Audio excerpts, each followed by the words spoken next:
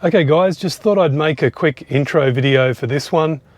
I filmed this video a few weeks ago and it was when I was having trouble with the camera. So it's shot with my old GoPro 7, Hero 7, and I was having some issues. You'll see I was having some issues with it overheating. I had issues with the sound.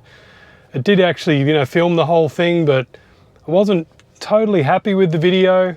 I've been umming and ahhing about whether to post this video or reshoot it. It was actually the third time I'd shot that video because of camera issues, so I didn't want to try and have to do it again.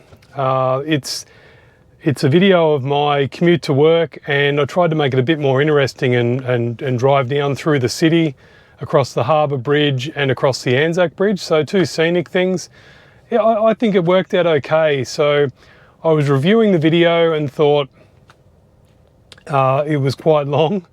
So I got a bit carried away, and I tend to do that, guys. So just being myself in these videos, trying not to have it as some sort of rehearsed thing, scripted thing, trying to just do it off the cuff and just make you feel like you're coming along for a ride with me in the car. Or, if I'm not in the car, just feel like you just feel relaxed. Keep it a relaxed format anyway, and just feel like you're having a chat with me, and yeah, not get too stressed about the production, but still have the content there and still make it easy to watch, not too boring. A few of these videos I wanted to get out of the way initially are more sort of like tutorials, and they're longer videos. I want to start doing some smaller ones, even 15-20 minutes long, just going through a few things. I've got a whole list of other videos that I want to do, and they're not going to be sort of big long explanation ones. So I'll be able to do some of the more sort of fun stuff, the little tests. I've got one I want to try and do tomorrow. You guys will probably laugh. We've got a cold snap here in Sydney this week. We're actually getting down into single digits, which is pretty early in the year for that, and single digits in Celsius, that is. So we're not going to see ice on the car or anything like that, but it is going to get down. I'm leaving the car outside tonight. I'll let the battery cool off. The battery might get down to maybe 8 degrees. So I think, for a lot of people, they're not going to be in these extreme colds for most of the year.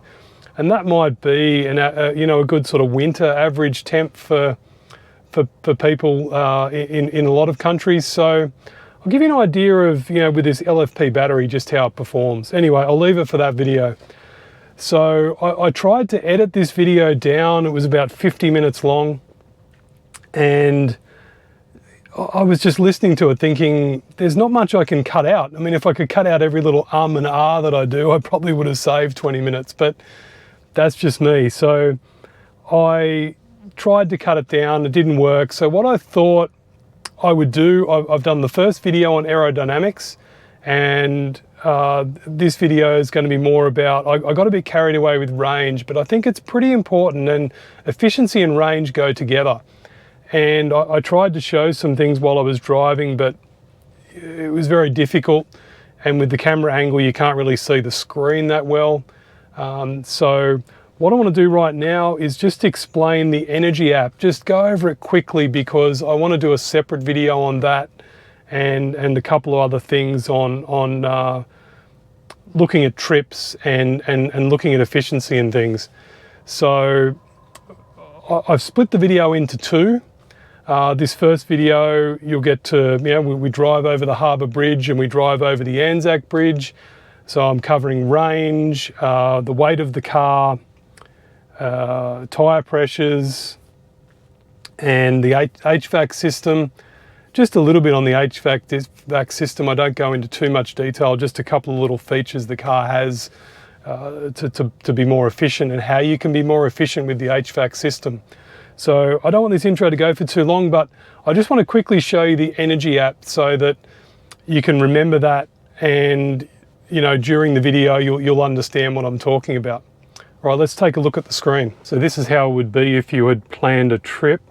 So we can start on the trip view. Now, to get to this Energy app, you need to press on this graph icon.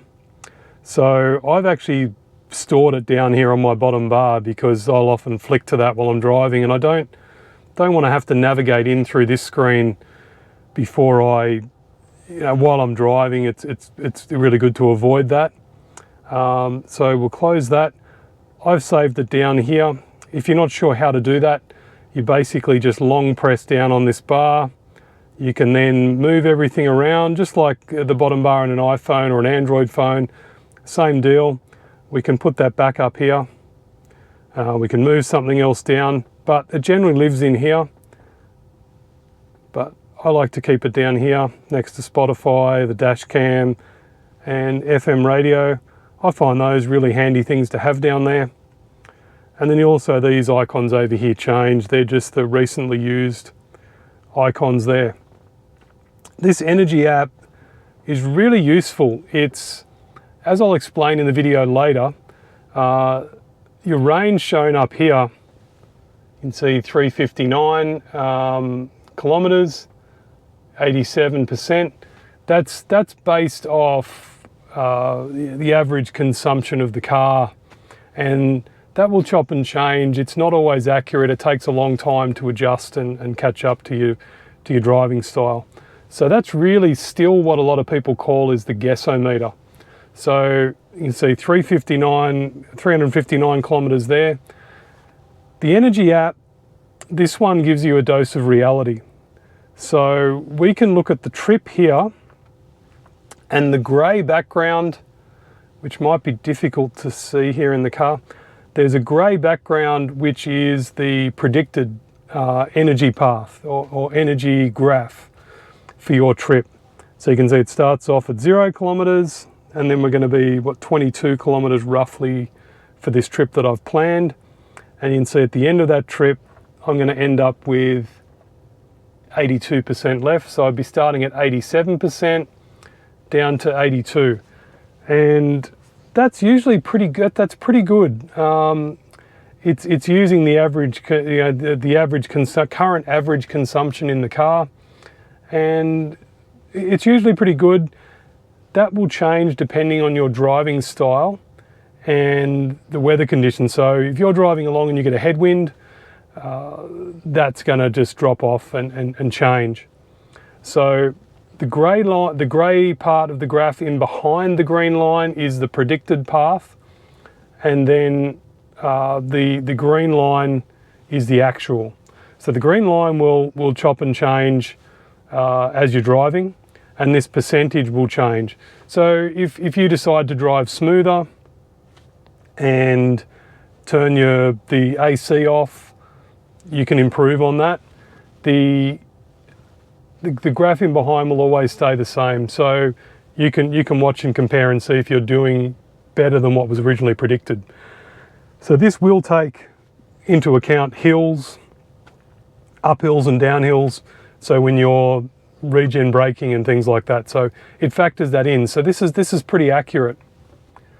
But the main one I want to show you, because we're talking about efficiency, is the consumption graph. You can look at this consumption graph anytime. You don't actually have to have a trip planned, and I find this one is a little bit more accurate. So and this is purely based off the parameters that you set down the bottom here. So I usually leave it set to 50 kilometers. The last 50 kilometers it looks at my efficiency, and it's going to give me the average range for, work off the average range for the last 50 kilometers. So the last 50 kilometers is 147 watt hours per kilometer, and that was just, we had some wet weather and it's been super cold for us anyway. If I change that to the last 25 kilometers, that starts factoring in the big uphill drive I did home from work this afternoon, and you can see that in the graph. So big uphill usage, and then just before I got back home, it's downhill to my house. So this is a pretty accurate, pretty good graph if you want to look at your driving style. Then if I just go for the last 10 kilometers, that'll be even worse. So you can see there, 170 watt hours per kilometer. So that was that last patch, and a lot of that is uphill and then just that little downhill coming back into home. And that, if I had that average 170 watt hours per kilometre with the 87% on the battery I've got left, I would only get 269 kilometres of range. So this really is quite a handy tool to use. So you can see it goes up above the line.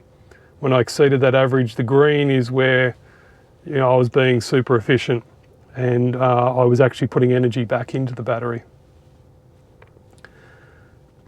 So the other, yeah, that looks a bit smoothed out there. That's the better one to use, it really depends on the length of the trip you're doing. 50 kilometres would be better if you're on a longer trip. So you can see there, the last 50 kilometres, if I keep driving how I was driving the last 50 kilometres, I would get 311 kilometres of range. So really that's a lot different to the 359 that it's predicting up there. And you've got to remember is that 359 is running the battery down to 0%, which in the city, unless for some weird reason you've got nowhere to charge, you're never going to do that. I run my car down to 60% maximum around the city, but I am lucky I can charge at work and at home. But 99% of the time I just charge at work, and that's enough for me. I'm not doing a lot of driving around the city, and I've got plenty of options to charge. I can go up to the local shopping centre and charge with 11 kilowatts there. I've got superchargers not far away. Most shopping centre charges are free, and you can just charge while you go into the supermarket. So they're becoming more and more popular, so often I'll go up there and they're taken, but the option's there. You can't go and fill your car up for free somewhere. Anyway, that's that. The other thing you've got here is instant range. I find this pretty useless. It's giving you the instant range, so it's where your consumption is right at this point for like the last couple of minutes, and it just basically says if you can drive how you're driving right now, this is the range you'll get. So 456 kilometres if I'm doing that. I can change that to the last 10 kilometres, and it's telling me I'm going to get 999 kilometres. So this is a bit unrealistic, but it's like looking at that in an ICE vehicle. It'd be like looking at your instant consumption in the car. So that's more relevant if you're driving along at a constant speed. I think it's going to be a bit more accurate. In the city, that just jumps all over the place.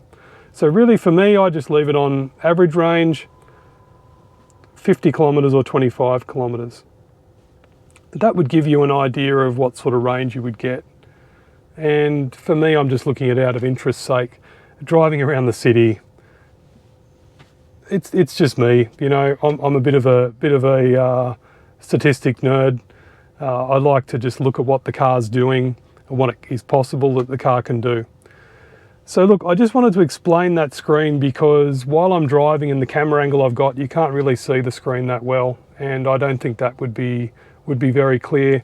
I was going to do a separate video just on this, but look, I think it's good to just be here at the start. I'm talking about efficiency, and yeah, I just thought it needed this bit of an intro to this video. So guys, hope you enjoy the video. There's a lot of information in there, and hopefully you get something out of it and you learn something. And yeah, see you in the car. It didn't go to plan the other day.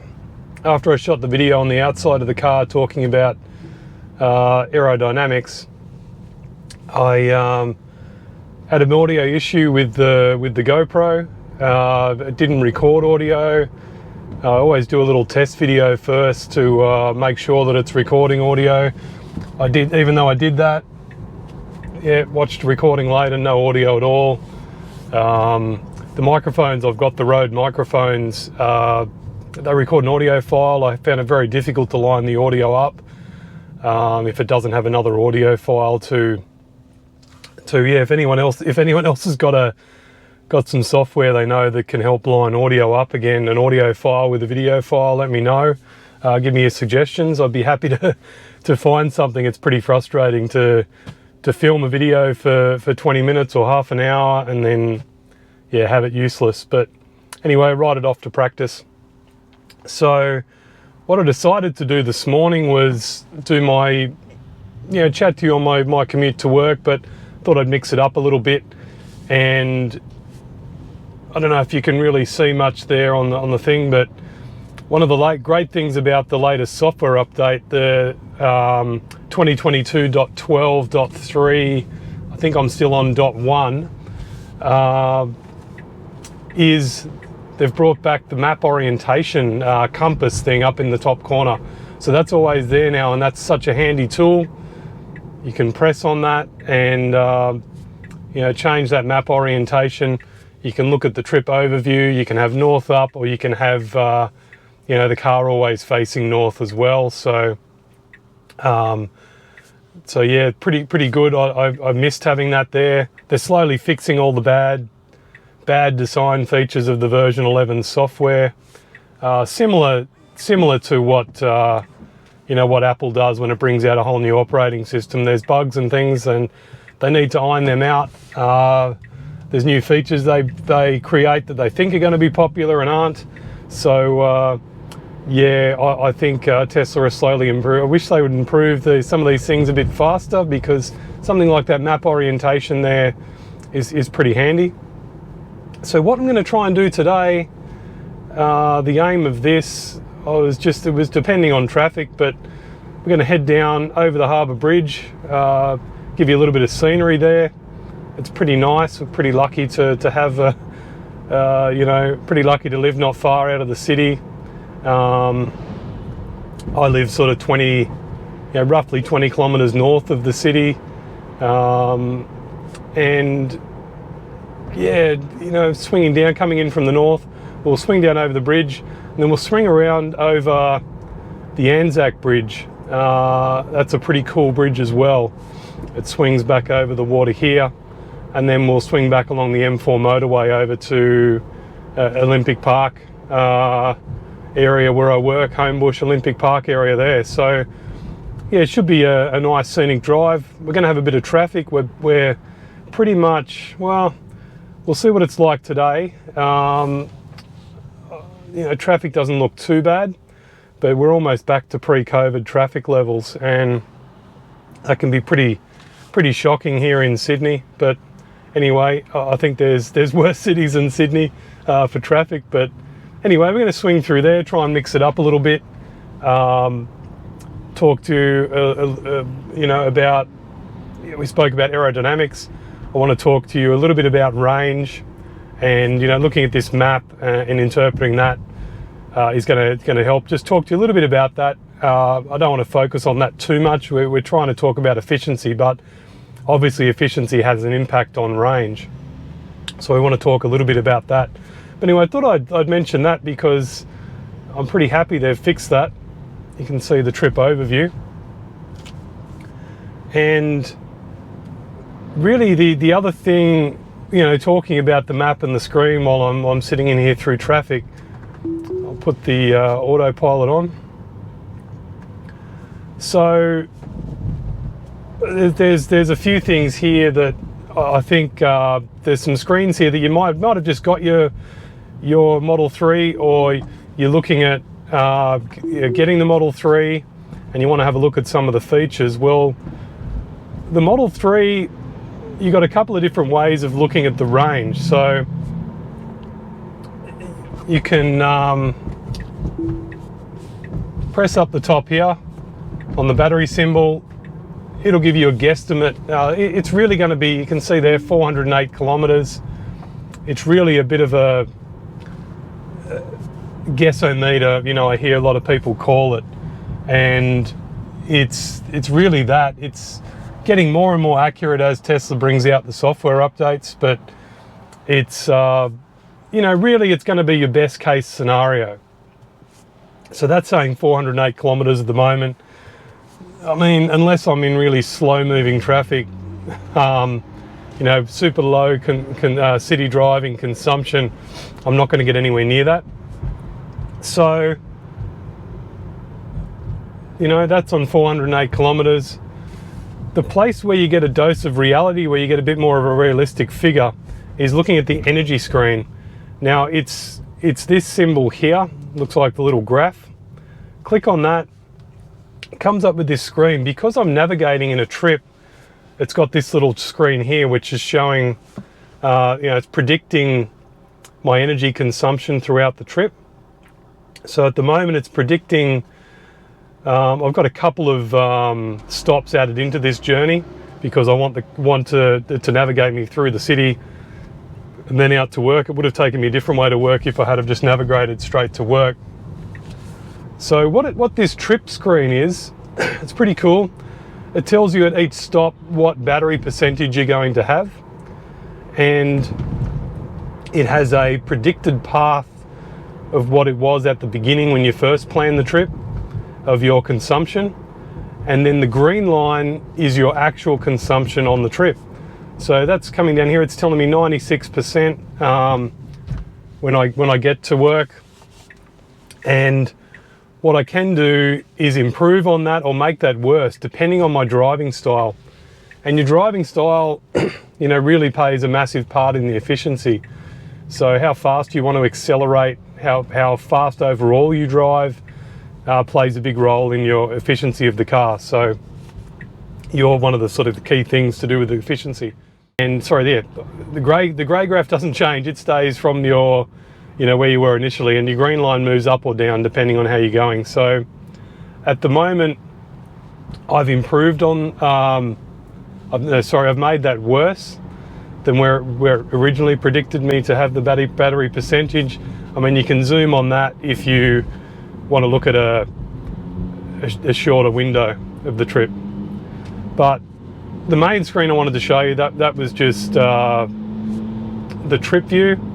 Consumption is the key. You can bring up this screen anytime you want, and I normally just leave it to the last 50 kilometers. It does a graph of your consumption for the last 50 kilometers and works out your average consumption. So you can see here 138 watt hours per kilometer, which is 13.8 kilowatt hours per 100 kilometers, and that's a pretty good consumption, and that's pretty average for the city, especially a city like Sydney where we've got it's pretty hilly here. It's not a flat city, so that's going to be for an average driver, that's going to be your consumption, around between 130 and 140 watt hours per kilometer.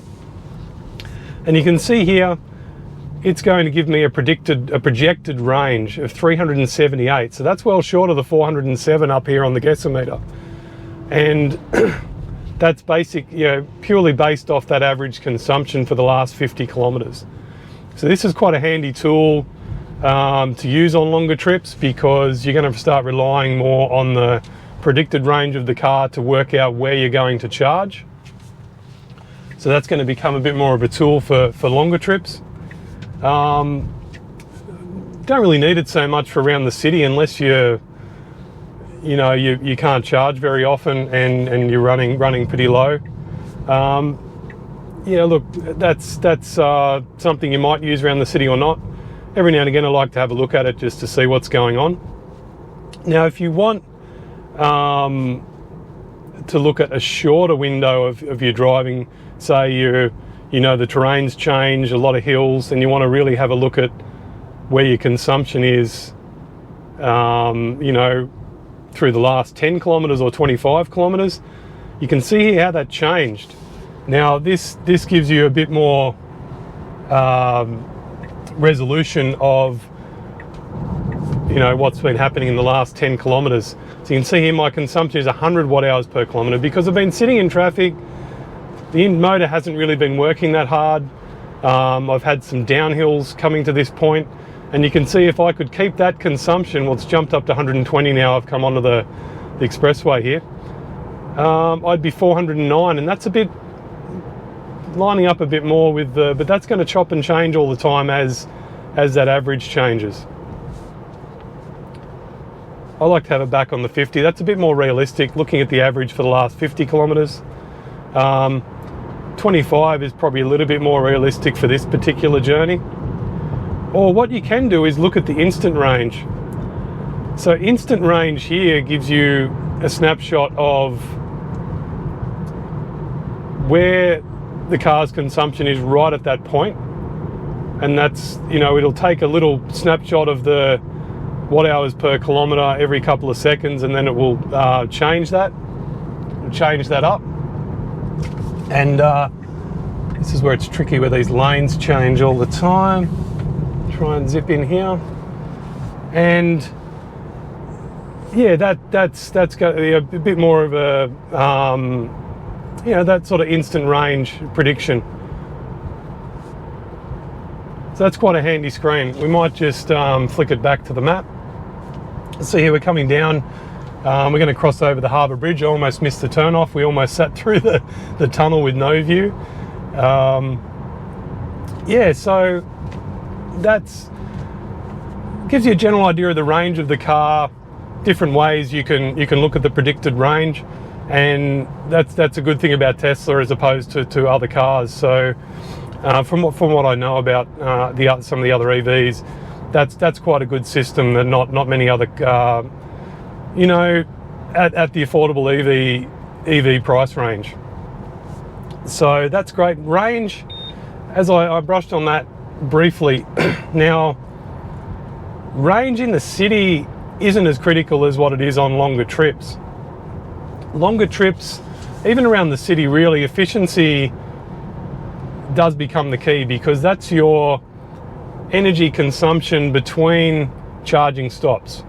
So if you're on a long trip, you just need enough range to get you to leapfrog between fast chargers. So if your car is super efficient, you're going to use less energy between those charging stops, and you're going to have to put less energy back in the car at each of those charging stops. So that's where the efficient EV really shines, on those longer trips. You know, the difference between EV consumptions can vary quite a bit. You know, the Audis and the BMWs and the VW, Volkswagens and things, you know, I've heard their consumptions can be quite high, especially in winter and especially in wet weather. And that just means you have to achieve the same range, you need a much bigger battery. You may need a different battery chemistry to be able to store more energy, to be more energy dense. So you can't utilize batteries like this car can, the LFP battery, because you just wouldn't fit a big enough LFP battery to have you know, the target range for that car. And yeah, so that you know, with this car, pretty good range. Flick it back to autopilot again. Yeah, pretty good range.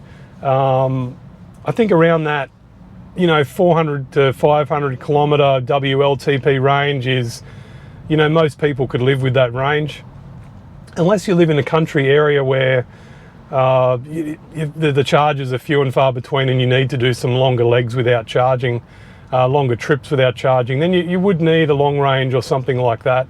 Or if you want the all-wheel drive, go for the long range. If you need to drive somewhere where traction's an issue with snow and ice, or, you know, slippery dirt roads or something, there are gravel roads. So really, I think most people can live with this standard range thing. So with the single motor in the back, it's a lighter car. It's slightly lighter than the long range and performance versions. Oh, that's another point. When we're walking around the car, I didn't mention that the Model 3 has a mixture of steel and aluminium panels. So they try and use as much aluminium, being lighter throughout the car where they can. But for the Model 3, obviously aluminium can be a bit more expensive. So it has a mixture of aluminium and steel panels. Coming up over the Harbour Bridge now. So yeah, I don't know, for those of you who haven't been over the Harbour Bridge before, this is it. It's, you know, it's our sort of key thing on the harbour here, sort of like the Golden Gate Bridge for San Francisco. You can do, you know, bridge climbs, walks over the top. Pretty cool, bit of an icon here. So, you know, it's been here a long time. I think it was built in the 1930s at some stage. So, yeah, pretty cool. pretty nice to be able to sort of, you know, drive over here. It's a nice day. Had a lot of rain lately, so we're pretty grateful for the blue skies. So yeah, quite a nice day to come and do this drive. So yeah, anyway, that's done. So yeah, there's a mixture of aluminium and steel panels. So the front is aluminium. The door panels are aluminium, but you know, the front and the rear quarter panels and the trunk are steel. So you can just go around with a magnet and check that for yourself. So that's another thing to try and save weight. The alloy wheels. So yeah, using aluminium where they can, but obviously there's a balance between cost with those sort of things. Otherwise, you know, you'd make everything out of carbon fibre, I guess, to make it lighter. So, you know, cost has to come into that at some point. The other thing I missed before we got into the car while I was on the outside was the tyre pressures. When I was talking about, well, keeping your tyre pressures at you know, the optimum pressure for efficiency is a big thing as well. You don't really need to worry too much about that in here with the Model 3, because you've got that tyre pressure screen. So here in the car, you go into settings, we've got service. Now the tyre pressure, that's another thing with this version 11 I wish they would fix, because your tyre pressures now are a lot further away. Can't really see that there, the sun's on a bad angle, but I keep my tyre pressures at 3 bar. They usually then, as they warm up, go to 3.1. And so yeah, I think, I can't remember now, I think that's around 40 PSI for the non-metric people. But yeah, so the car is monitoring that all the time. It has a little Bluetooth tyre pressure monitor on the valve stem that's in the wheel, so it's reporting back to the car through Bluetooth for each one. So the car will alert you if your tyre pressures are down. So it'll make sure that you've got your tyre pressures at the optimum pressure for efficiency, for tyre wear, and for safety. So it will alert you to a slow leak on the tyre before that can cause an accident. And I think that's pretty, you know, pretty crucial safety thing. And most cars have that now. These little tyre pressure monitors are they're pretty cheap for manufacturers to put in, and yeah, pretty useful tool. So I, you know, wanted to brush on that a bit. The next sort of thing I wanted to cover, what I've noticed is the HVAC system in this car is always trying to be pretty efficient. And I've noticed, you can see this morning, it doesn't always do the driver only climate, and you know, it's a bit frustrating that there's no button just to turn off the passenger side air vents. I noticed with the latest update, it's a bit more persistent in having driver only climate on, and your HVAC system, you know, can use a lot of energy in extreme weather. So in super cold, super hot weather, even if you've got a 21, 22, it's going to be working harder in those sorts of weather. HVAC, you want to sort of keep it to a reasonable temperature. If you're going to try and heat the car up to a higher temperature in winter to keep yourself nice and super warm, then you expect the car to use more energy and your consumption to go up and your efficiency to suffer. Same thing in summer. I'm trying to think what it is in Imperial, but you know, I usually keep my car 21, 22, and I know the climate doesn't have to work that hard to keep it at those temperatures. And I think in the US, you're going to be looking at, say, what, 72, I think, or 70. I think you'll keep your climate at. Someone will correct me if I'm wrong, but I think around that's a pretty comfortable temperature. And as long as you're not going too extreme there, then your HVAC system's going to work pretty efficient for you. I thought I'd worked out a trick here the other day. So in the climate, turn auto off, turn off the feet, and you can see there the passenger side turns off. So I think if you want to be super efficient but still have the AC on, bit of a trick there. just keep it on face. If you turn off the feet and everything else, it tends to just then go driver only. And you can see there, it even gets rid of the temperature controls for that side. So I thought, you know, that's a little trick. That seems to work all the time if you do that, but then you're not on auto anymore. So with auto on, I thought I'd worked it out the other day. If you hold your finger down on the temperature, that turns off climate.